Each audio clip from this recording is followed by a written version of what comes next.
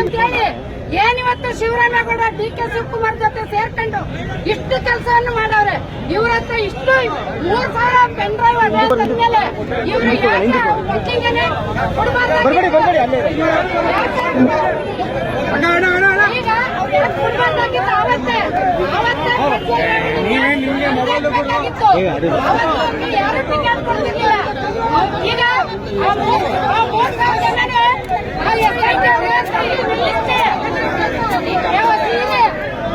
ಜನನೇ ಎಸ್ಐಟಿ ಅವರು ತಂದು ನಿಲ್ಲಿಸಿ ಎದುರುಗಡೆ ಪ್ರಜ್ವಲರನ್ನ ಕಲ್ಗೆರ್ಸಿ ನಾವು ಸಪೋರ್ಟ್ ಮಾಡ್ತೀವಿ. ಒಬ್ಬ ಹೆಣ್ಮಗಳು ನಾವು ಅನ್ಯಾಯ ಮಾಡಿದ್ರೆ ಇವತ್ತು ಒಬ್ಬ ಜಿಲ್ಲಾ ಪಂಚಾಯತ್ ಮೆಂಬರ್ ಹೇಳ್ತಾಳೆ, ನನ್ನನ್ನ ಅವತ್ತು ಯಾರೋ ಒಬ್ಬರಿಗೆ ಸೀಟ್ ಕೊಡ್ಸೋದಕ್ಕೆ ನನ್ನನ್ನ ಹಿಡ್ಕೊಂಡ್ಬಿಟ್ಟು ರೂಮ್ ಒಳಕ್ಕೆ ಅಂತಾಳಲ್ಲ, ಅವಳ ಮಾನ ಮರ್ಯಾದೆ ಇದ್ದದ 13ನೇ ಇಸ್ವಿನಲ್ಲಿ ಆದ್ರಿಂದ ಇಷ್ಟಿಸ್ಕೊಂಡು ಯಾಕೆ ಬಿಟ್ಟವಳು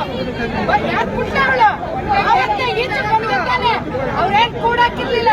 ಅವಳನ್ನ ಈಚು ಪುಟ್ಯಕ್ಕೆ ಹೋಗಿ ಕಂಪ್ಲೇಂಟ್ ಕೊಟ್ಟು ನೀನೇನು ಸಾಮಾನ್ಯ ಮನುಷ್ಯ ಅಲ್ಲ, ಒಬ್ಬ ಜಿಲ್ಲಾ ಪಂಚಾಯತ್ ಮೆಂಬರ್ ಆಗಿದ್ದಾಳು, ಆವತ್ತೇ ಕಂಪ್ಲೇಂಟ್ ಕೊಟ್ಟು ಆವತ್ತೇ ಅವನನ್ನ ಇಳಿಸಾಕ್ಬೋದಾಗಿತ್ತು ಪ್ರಜ್ವಲ್ ರೇವಣ್ಣನ.